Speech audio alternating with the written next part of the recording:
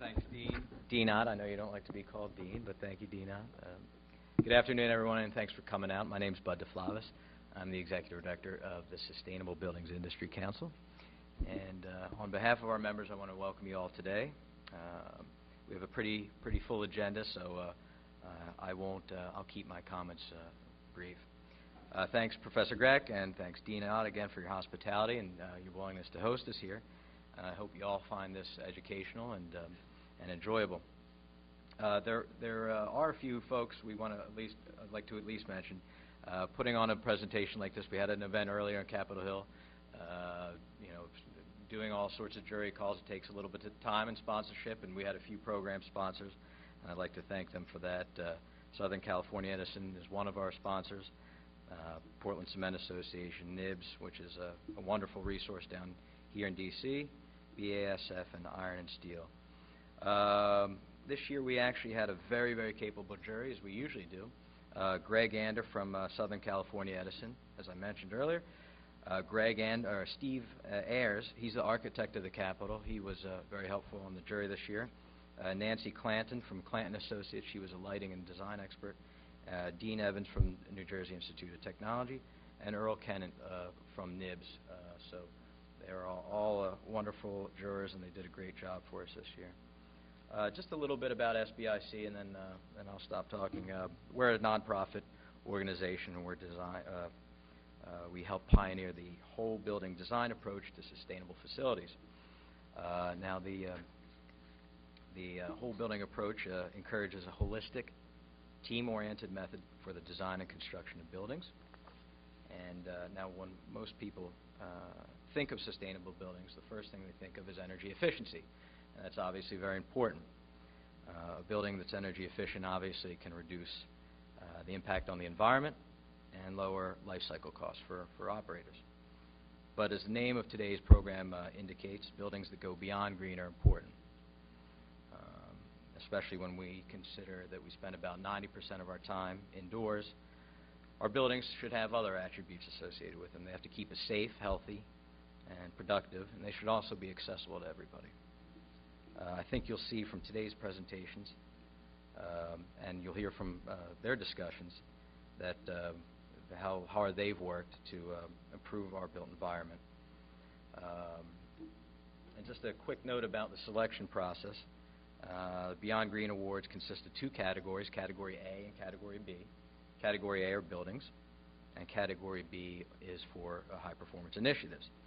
Now, the entries were judged through the lens of these 8 design objectives shown here on the little pinwheel.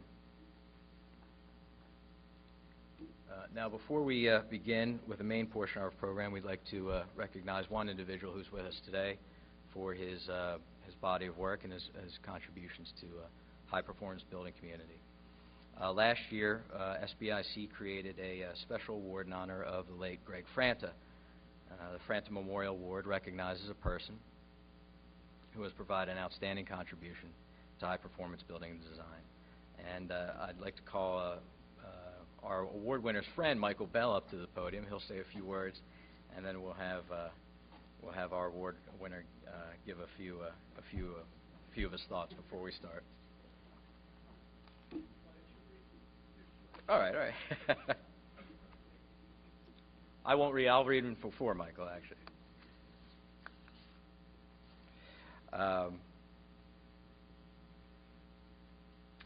Like I said, last year we created this award for our longtime member and our past chairman of SBIC, Greg Franta.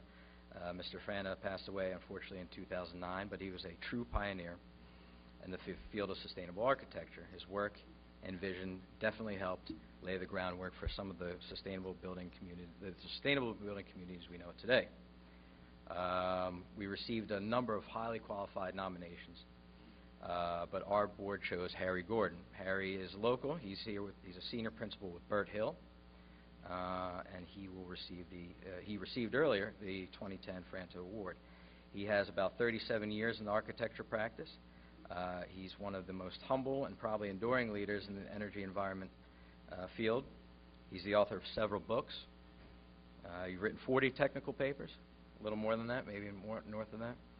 and he's lectured at many universities and conferences throughout the world.